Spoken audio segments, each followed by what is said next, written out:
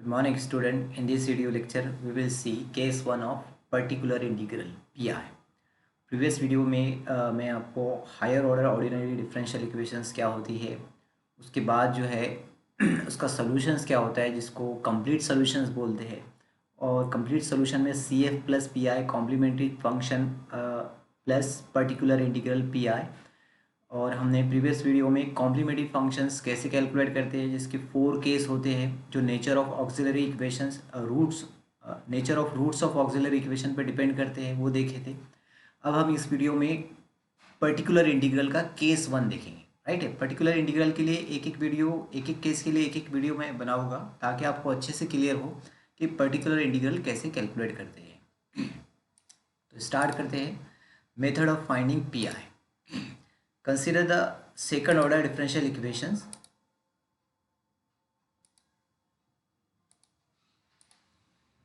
d2y by dx square plus a1 dy by dx plus a2y is equal to f of x। ये हमारी second order higher order linear differential equation है।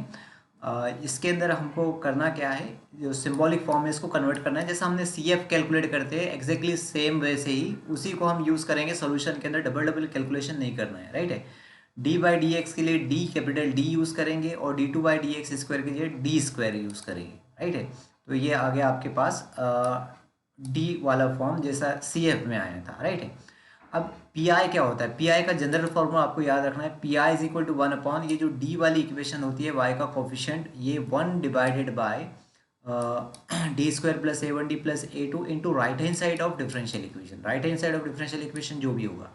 अब ये general solution है। Right है, अब ये जनरल सोल्यूशन है PI का, पर्टिकुलर इंटीग्रल का, जो आपको याद रखना है 1 अपॉन ये coefficient of y into right hand side of differential equation. अभी जो f ऑफ x दिख रहा है आपका right hand side of differential equation, इसके नेचर पर जो है वो PI के केसेस डिपेंड करते हैं। जैसा पहला केस जो है वो e raise to power ax, f of x की वैल्यू अगर e raise to power ax मतलब एक्सपोनेंशियल रहेगी तो ये केस 1 होगा। राइट है, फिर दूसरा केस जो है ट्रिग्नोमेट्रिक, साइन ax और कॉस bx। राइट है, साइन और कॉस दोनों भी चल जाएंगे इसके अंदर, साइन और कॉस ax। तो ये case number 2 trigonometric function. Right है, उसके बाद case number 3 algebraic function. Right है, ये हम 1 बाय 1 देखेंगे। उसके बाद केस नंबर 4 एक्सपोनेंशियल फंक्शन के साथ कोई ना कोई एक फंक्शन जो है वो मल्टीप्लिकेशंस में आएगा। तो ऐसे हमको 4 केसेस देखना है PI के। तो ये f ऑफ x की वैल्यू एक्सपोनेंशियल रहेगी। तो अभी हमको देखना है केस 1। राइट है, तो case number 1, if f of x is equal to e raise to power ax। f of x क्या है? Right hand side of differential equation है। Right hand side of differential equation अगर e raise to power ax है तो PI हमारा क्या हो जाएगा? 1 upon coefficient of y into right hand side. Right hand side में e raise to power ax है। अब देखो इसको कैसे सॉल्व करते हैं। आपको यहाँ पे d की पोजीशन पे a पुट करना है। तो ये सब्स्टिट्यूशन याद रखना है। d is equal to a मैंने कहाँ से लाया हूँ? ये e के पावर में x का कोफिशिएंट है। जैसा फॉर एग्जाम्पल कोई डिफरेंशियल इक्वेशन है e raise to power 3x, तो आपको जो है वो d is equal to 3 put करना है। d is equal to 3। Right है, e raise to power ax है राइट हैंड साइड में, तो x का ऑप्शन 1, तो d इज इक्वल टू आपको 1 पुट करना है इस तरह से। राइट है, तो d is equal to a put करेंगे तो ये आएगा आपका 1 अपॉन d की पोजीशन पे a, d स्क्वायर था तो a स्क्वायर हो गया प्लस a1, यहाँ पे d की जगह a आ गया plus a2 e raise to power ax, provided जो डिनोमिनेटर दिख रहा है a square a1 a plus a2 should not equal to 0। Right है, अगर ये इक्वल टू 0 हो जाएगा तो पूरा आंसर कैसा हो जाएगा? इन्फिनिटी हो जाएगा। अगर ये नॉट इक्वल टू 0 है तो ये इसका फाइनल आंसर है, ये इसका पर्टिकुलर इंटीग्रल है। राइट है, अगर इक्वल टू 0 है तो ये जो केस है वो फेल हो जाएगा। राइट है, केस फेलवर बोलेगा इसको। If a square plus a1 a plus a2 is equal to 0 then above method fails. ध्यान रखना कि d की वैल्यू पुट करने के बाद डिनोमिनेटर के अंदर पहले ही हम चेक कर लेंगे पुट करने से पहले। राइट है, रफ वर्क कर लेंगे, थोड़ा सा माइनर कैलकुलेशन है तो रफ वर्क आप आसानी से माइंड में भी कर सकते हैं। तो d की वैल्यू पुट करने के बाद आप देखेंगे, या फिर एक और गेसिंग है। देखो d is equal to a जो वैल्यू है वो ऑक्सिलरी इक्वेशन का रूट है क्या? तो मैं जब एग्जांपल में आएगा तो एग्जांपल में बताऊंगा तो बहुत आसानी से आप गेस कर लेंगे d की वैल्यू पुट करने पर आंसर जो है वो 0 आता है। राइट है, तो अगर डिनोमिनेटर की वैल्यू 0 आ गई तो केस हमारा कैसा हो गया? फेल हो गया। अब केस फेल हो गया तो हमको कैसे प्रोसीड करना है? हमको इस तरह से प्रोसीड करना है। And hence it is if it is a case of failure then multiply by x to right hand side of equation number 1 and differentiate denominator with respect to capital D। तो हमको substitution करने की बजाय x से multiple करना है numerator में इस इक्वेशन नंबर 1 के राइट हैंड साइड में, राइट है। और ये डिनोमिनेटर वाली जो इक्वेशन दिख रही है इसको डिफरेंशिएट देना है डी के रिस्पेक्ट में। देखो क्या मिलेगा हमको मिलेगा P I is equal to x, ये एक्स से मैंने मल्टीपल किया हूँ, और 1 डिवाइडेड बाई डी स्क्वायर का डेरिवेटिव 2d हो गया, प्लस a1 डी का डेरिवेटिव a1 हो गया, डी का डेरिवेटिव 1, और a2 का डेरिवेटिव 0 हो गया। डेरिवेटिव डी के रिस्पेक्ट में, कैपिटल डी के रिस्पेक्ट में हो रहा है, तो डी स्क्वायर का 2d हो जाएगा, a1 डी का a1 हो जाएगा, और a2 का डेरिवेटिव 0 हो जाएगा, राइट है। फिर से जो है हम d की वही वैल्यू रखेंगे जो हमने स्टार्टिंग में लिए थे, d is equal to a, तो put d is equal to a। If a2a plus a1 is not equal to 0 then we get particular integral, otherwise repeat the procedure, right है। अगर not equal to 0 answer आता है तो फिर हमारा final solution हो गया, और अगर not equal to 0 आंसर नहीं आता है, मतलब equal to 0 आंसर आता है, तो फिर से प्रोसीजर सेम करना है, x से मल्टीपल करना है और डिनोमिनेटर की इक्वेशन को डिफरेंशिएट करना है। ये कंटिन्यू करेंगे जब तक कि डिनोमिनेटर में जो है वो नॉन जीरो वैल्यू नहीं आ जाती, राइट है। ये प्रोसीजर आपको एग्जाम्पल में अच्छे से समझ में आएगा। ये चीज़ और ध्यान रखना है, देखो केस नंबर 1 मैंने बताया आपको exponential function e raised to power ax, right है। तो साइन ax का फॉर्मूला होता है, ये हाइपरबोलिक फंक्शन है, साइन hax, राइट है। देखो साइन hax साइन ax में जो है वो फर्क है, राइट है। साइन ax ये सर्कुलिक फंक्शन है, ये हम इसके लिए केस नंबर 2 स्पेशल पढ़ेंगे, लेकिन अगर साइन hax आता है तो ये केस नंबर 1 ही है। साइन hax को आपको e raised to power ax minus e raised to power minus ax upon 2 इस तरह से चेंज करना रहेगा।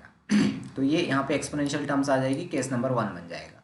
उसी तरह से कॉस hax भी केस नंबर 1 ही है। यहाँ पे अगर कॉस hax को e raised to power x plus e raised to power minus x upon 2, sine वाले में माइनस आता है और कॉस वाले में प्लस आता है। तो ये दो रिजल्ट भी याद रखेंगे, दोनों रिजल्ट जो है वो साइन hax और कॉस hax एक ही जगह समथिंग कुछ ना कुछ वैल्यू आएगी यहाँ पे, तो ये केस नंबर 1 ही बनते हैं, राइट है। तो अब example number 1, solve 4d square plus 4d minus 4y is equal to e raised to power 2x। ये डी स्क्वायर आपको पता है, डी स्क्वायर का मतलब d2 अपॉन dx स्क्वायर है, राइट है। इसलिए ये हायर ऑर्डर डिफरेंशियल इक्वेशन है, इसका solution y is equal to C F plus P I है, राइट है। तो पहले हम सी एफ कैलकुलेट करेंगे, सी एफ तो सभी को आ गया। सी एफ कैलकुलेट करने के लिए ऑक्सिलरी इक्वेशन, यहाँ पे जो y का कोएफिशिएंट दिख रहा है उसमें d की जगह m और इक्वल टू 0 करेंगे। ऑक्सिलरी इक्वेशन के रूट्स डायरेक्टली कैलसियम में करना है आपको, तो रूट्स आपको मिलेंगे 1/2 माइनस 3/2। रूट्स कैसे है, रियल है क्योंकि इसमें आई नहीं है, और डिफरेंट है, राइट है। रियल और डिफरेंट है, तो सी एफ का केस नंबर 1, राइट है। प्रीवियस वीडियो अगर आपने नहीं देखे तो प्रीवियस वीडियो आपको पहले देखना पड़ेगा, तो आपका सी एफ जो है वो क्लियर हो जाएगा, और फिर यहाँ पे सी एफ में ज़्यादा आपको मेहनत करने की ज़रूरत नहीं रहेगी, ठीक है। तो केस नंबर 1 क्या होता है, C F is equal to C one e raised to power, यहाँ पे जो है वो m की वैल्यू पुट करना रहता है, e की पावर में x का कोएफिशिएंट 1/2, ये है पहला, और फिर प्लस C2, ये है m की वैल्यू माइनस 3/2। तो स्ट्रक्चर एज इट इज रहेगा, सिर्फ आपको यहाँ पे m की जो भी वैल्यू है, 2 वैल्यू है तो 2 टर्म्स, 3 वैल्यू है तो 3 टर्म्स, क्वाड्रेटिक इक्वेशन है तो 2 ही वैल्यू आएगी, क्यूबिक इक्वेशन है तो 3 वैल्यू आएगी। तो ये हो गया इसका सी एफ, राइट है। अब जो है हमको कैलकुलेट करना है पी आई, क्योंकि इक्वल टू के बाद देखो, हाँ इक्वल टू के बाद जो है वो, इससे पहले हमने देखे थे इक्वल टू अगर 0 है तो y is equal to C F only solution है, लेकिन यहाँ पे इक्वल टू के बाद जो है ई रेज़्ड टू पावर 2x है, तो इसका सोल्यूशन जो रहेगा वो y is equal to C F plus P I रहेगा, राइट है। सी एफ भी कैलकुलेट करना है, पी आई भी कैलकुलेट करना है। अगर 0 है तो पी आई नहीं रहेगा, ओनली सी एफ सोल्यूशन रहेगा, राइट है। तो ई रेज़्ड टू पावर 2x मतलब केस नंबर 1, एक्सपोनेंशियल मतलब पी आई का केस नंबर 1 है, केस नंबर 1 हमको सॉल्व करना है। तो पी आई क्या बनेगा, पी आई का जनरल फार्मूला हो जाएगा P I is equal to 1 upon coefficient of y, coefficient of y क्या दिख रहा है 4d square plus 4d minus 3 into right hand side of differential equation, right hand side of differential equation e raised to power 2x, right है। ये P I का formula जो मैं अगली स्लाइड में आपको बताया हूँ, ये बन गया आपका पी आई। अब देखो यहाँ पे ये केस नंबर 1 में क्या रहता है, ई की पावर में जो एक्स का कोएफिशिएंट है वो डी की वैल्यू, ये सब्स्टिट्यूशन करना है आपको, राइट है। अब हमारा जो m की वैल्यू आई थी, ऑक्सिलरी इक्वेशन की जो वैल्यू आई थी m इज इक्वल टू कितनी आई थी, जस्ट अभी हमने देखे 1/2 थी, राइट है, प्लस 1/2 थी और माइनस 3/2 थी, राइट है। और यहाँ पे जो है वो d इज इक्वल टू 2 है, तो देखो d इज इक्वल टू 2 जब मैं यहाँ पे रखूँगा तो नॉन जीरो आंसर आएगा। अगर d की वैल्यू ये m की वैल्यू जो ऑक्सिलरी इक्वेशन के रूट्स है उससे अगर मैच होती है तो फिर यहाँ पे आंसर 0 आता है, तो वहीं पर आपको गेस हो जाता है, राइट है, कि केस फेल हो गया। अगर डिनोमिनेटर में 0 आंसर आ गया तो केस फेल हो गया, राइट है। तो d इज इक्वल टू 2 रखना है, जो कि आंसर हमको नॉन जीरो आंसर मिलने वाला है। ठीक है, तो मैं डी की वैल्यू पुट कर देता हूँ, डी की जगह 2 रख दिया मैंने। अब इसको सॉल्व कर लेंगे तो ये हो जाएगा आपका 21, ठीक है। तो ये 4 4 ज़ा 4 से हो जाएगा 16, 16 प्लस 8 24, 24 माइनस 3 21, डिनोमीटर में 21। तो ये पी आई, ये इसका फाइनल आंसर। तो हमारे को कंप्लीट सोल्यूशन लिखना है। कंप्लीट सोल्यूशन क्या है, y is equal to C F plus P I, y is equal to ये सी एफ की वैल्यू और ये पी आई की वैल्यू। तो इस तरह से जो है वो केस नंबर 1 मतलब right hand side of differential equation में अगर एक्सपोनेंशियल फंक्शंस है तो इस तरह से सॉल्व करते हैं। सी एफ तो जो हमने प्रीवियस वीडियो में भी देखे थे, इस वीडियो में हमको ज़्यादा कॉन्सेंट्रेट करना है पी आई पे। तो अगला एग्जाम्पल है d3y/dx³ minus 3d2y/dx² plus 4y is equal to e raise to power 2x। ठीक है, तो पहले सी एफ कैलकुलेट करेंगे। सी एफ के लिए ये मैं डी वाले फॉर्म में इसको कन्वर्ट कर दिया हूँ, फिर इसको ऑक्सिलरी इक्वेशन डी की जगह m रख दिया हूँ, राइट है। और उसके बाद जो है वो इसके रूट्स हमने कैलकुलेट करे, m is equal to roots, cubic equation है तो 3 रूट्स आ गए, -1 2 2, राइट है। तो देखो कैल्शियम में अगर आप पुट करेंगे तो आपको क्यूबिक इक्वेशन में जाके m³ का कोफिशिएंट जो है वो 1, m² का कोफिशिएंट -3, m इसमें है नहीं है, राइट है।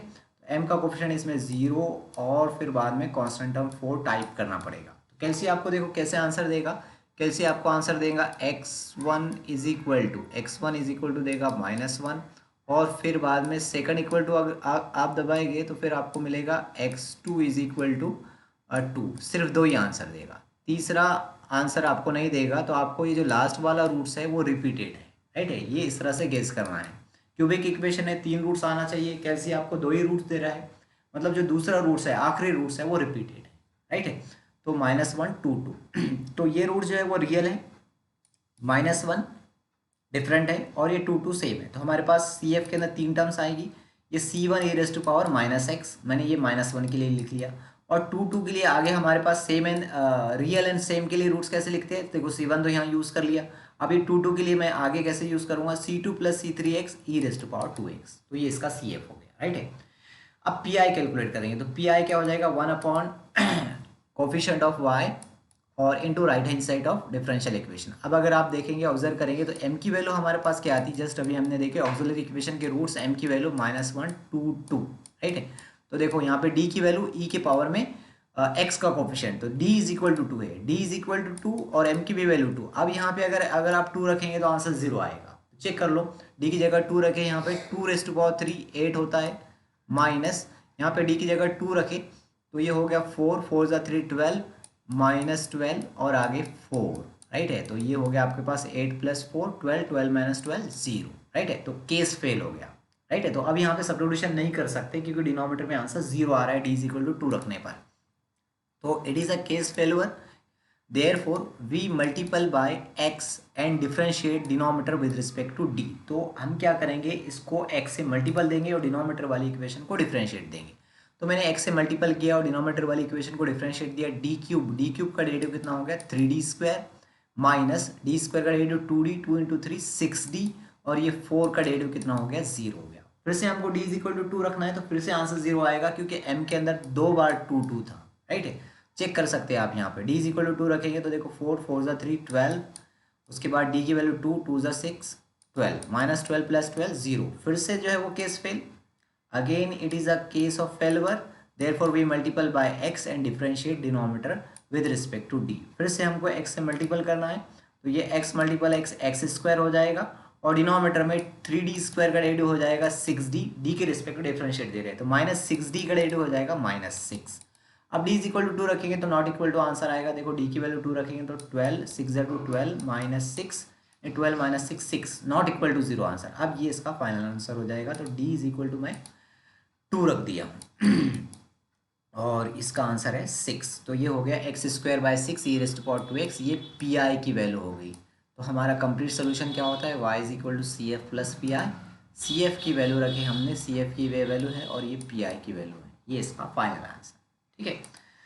Example number 3 d2y/dx² minus 2dy/dx plus 5y is equal to 2, right hand side में नॉट इक्वल टू 0 आंसर है, मतलब आपको पी आई भी कैलकुलेट करना है। तो पहले सी एफ कैलकुलेट कर लेते, सी एफ के लिए ये हमने डी वाले टर्म में कन्वर्ट किए, राइट है। सी एफ को मैं ज़्यादा कॉन्सेंट्रेट नहीं दे रहा हूँ क्योंकि ऑलरेडी मैं इससे पहले एक वीडियो सी एफ पर बना चुका हूँ। तो आप सी एफ जो है वो वीडियो, इससे पहले वाला वीडियो अच्छे से देखेंगे और फिर जो है यहाँ पे जो सी एफ हम कैलकुलेट करें वो आपको बहुत आसान लगेगा, राइट है। तो ये ऑक्सिलरी इक्वेशन होगी, इसके रूट्स कैलकुलेट करें हमने, 1+2i 1 - 2i इसके रूट्स हैं। ये कैल्सी आपको डायरेक्टली दे देगा, कैल्सी के अंदर आपको पुट करना है और हमको आंसर मिलेगा, राइट है।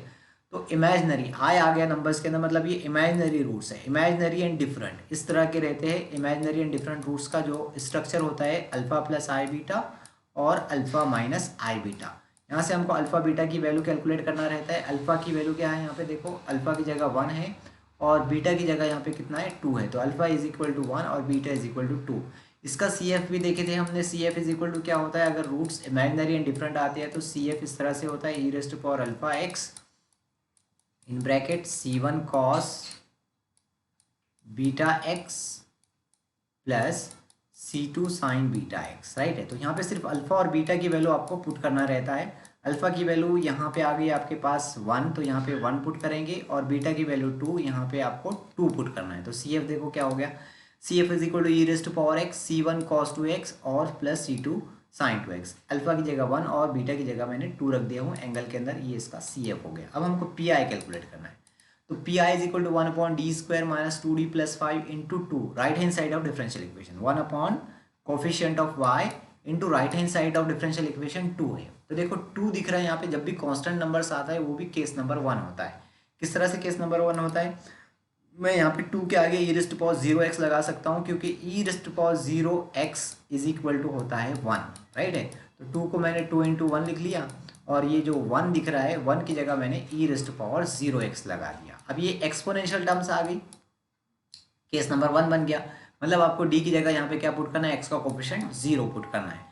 तो मैं डी की जगह जो है वो 0 पुट करूंगा। तो डी की जगह 0 पुट करूंगा तो यहाँ पे आंसर जो है वो नॉन जीरो आएगा, क्योंकि एम की वैल्यू अगर देखेंगे आप तो एम की वैल्यू क्या थी, 1+2i और 1 - 2i थी, जबकि डी की वैल्यू 0 है, इसमें डी की वैल्यू नहीं है। तो यहाँ पे आप डी की वैल्यू रखेंगे, देखो यहाँ पे 0 0 आंसर 5 आने वाला है, नॉन जीरो आंसर आने वाला है, इसलिए डायरेक्टली आप पुट कर दो।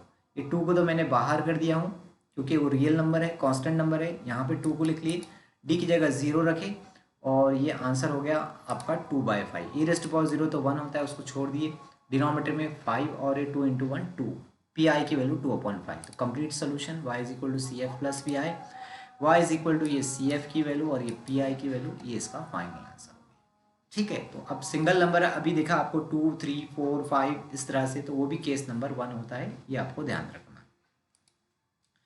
नेक्स्ट क्वेश्चन है हमारा d² - 6d + 8y is equal to e raise to power x cos h3x। देखो यहाँ पे cos h3x आया, केस नंबर 1 ही होता है।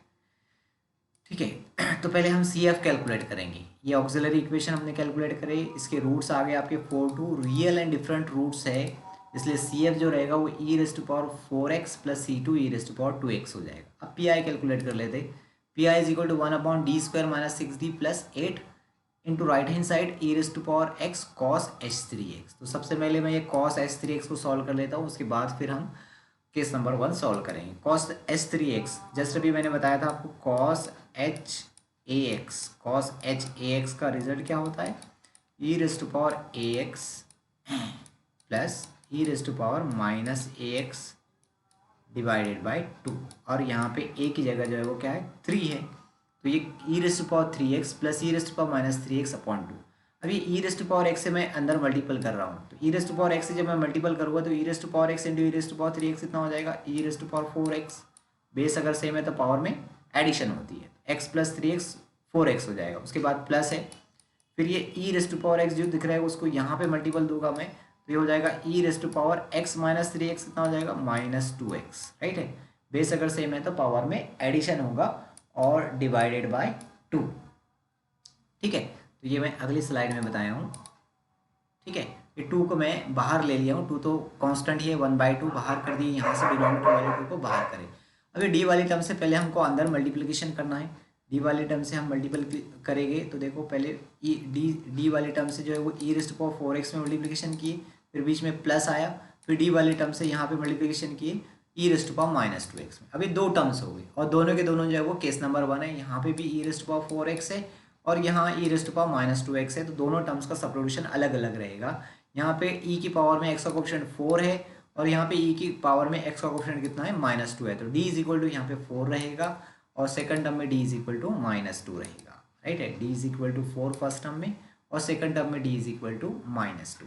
अब अगर एम की वैल्यू अगर ध्यान होगा आपको, एम की वैल्यू हमारे इसमें क्या थी 4,2 थी, राइट है। तो 4,2 डी इज इक्वल टू 4 यहाँ मैच हो रहा है, तो यहाँ पे अगर मैं 4 रखूँगा तो आंसर 0 आएगा। तो चेक कर सकते हैं आप, देखो 2 स्क्वायर 16, राइट है, माइनस यहाँ पे 4 रखे तो 4 ज़ा 6 24 और ये आगे +8, राइट है। तो कितना हो गया देखो 16 - 24 -8 -8 +8 0। तो फर्स्ट टर्म के अंदर जो है हमारा 0 आ रहा है डिनोमिनेटर में, इसलिए फर्स्ट टर्म में हम सब्स्टिट्यूशन नहीं करेंगे, लेकिन सेकंड टर्म में नॉन जीरो आंसर आएगा 100%, क्योंकि एम की वैल्यू -2 नहीं है, राइट है। तो यहाँ पे directly D is equal to -2 value रख देना है, लेकिन फर्स्ट टर्म में जो है वो वैल्यू नहीं रख सकते क्योंकि डिनोमिनेटर में आंसर 0 आ रहा है, इसलिए आपको एक्स से मल्टीपल और डिनोमिनेटर में डी से डिफरेंशिएट देना पड़ेगा, राइट है। तो ये मैंने फर्स्ट टर्म के अंदर एक्स से मल्टीपल और डिनोमिनेटर में डिफरेंशिएट किया हूँ। डी स्क्वायर का डेरिवेटिव 2d -6d का डेरिवेटिव कितना हो गया 6 और 8 का डेरिवेटिव 0 हो गया। और सेकंड टर्म में जो कि नॉन जीरो आंसर आने वाला है, इसलिए डी की जगह -2 लगा दी, यहाँ पे डी की जगह -2 लगा दी। अब इसको सॉल्व कर लेते हैं हम। अब यहाँ पे डी की जगह 4 रखेंगे तो 4 ज़ा 2 8 8 -6 2 नॉन जीरो आंसर है, इसलिए अब यहाँ पे डी इज इक्वल टू 4 रख देंगे, राइट है, फर्स्ट टर्म के अंदर। तो देखो फर्स्ट टर्म में डी की जगह 4 रख दिए और इसको जब हमने कैलकुलेट करे तो इसका आंसर 24 हो गया। -2 का स्क्वायर जो है वो 4 हो गया और ये -6 × -2 +12 हो गया और ये +8 हो गया, तो ये हो गया 24, यहाँ पे 24 आ गया। और यहाँ पे 8 - 6 कितना 2 आ जाएगा तो ये आ गया यहाँ पे 2, राइट है। बाकी सारी चीज़ें एज इट इज़ है, 1/2 से भी अंदर मल्टीपल कर देते हैं, यहाँ पे 4 हो जाएगा और यहाँ पे 48 हो जाएगा। तो ये हो गया यहाँ पे 4, यहाँ पे 48, या हो गया आपका पी आई, राइट है। तो ये हो गया आपका complete solution, C F plus P I. C F की वैल्यू यहाँ पे लगाए हमने और ये पी आई की वैल्यू लगाए, ये इसका फाइनल आंसर है, ठीक है। तो इस तरह से जो है वो केस नंबर 1 सॉल्व करते हैं। ये सारे एग्जाम्पल केस नंबर 1 के हैं, ये आपको सॉल्व करने हैं और इसमें अगर डाउट्स आते हैं तो डाउट्स जो है वो मेरे से पूछना है आपको, राइट है। तो आज की वीडियो में इतना ही, यहाँ पे हमारा केस नंबर 1 भी एंड होता है। नेक्स्ट वीडियो में जो है हम पीआई का जो है केस नंबर 2 देखेंगे। Thank you for watching this video.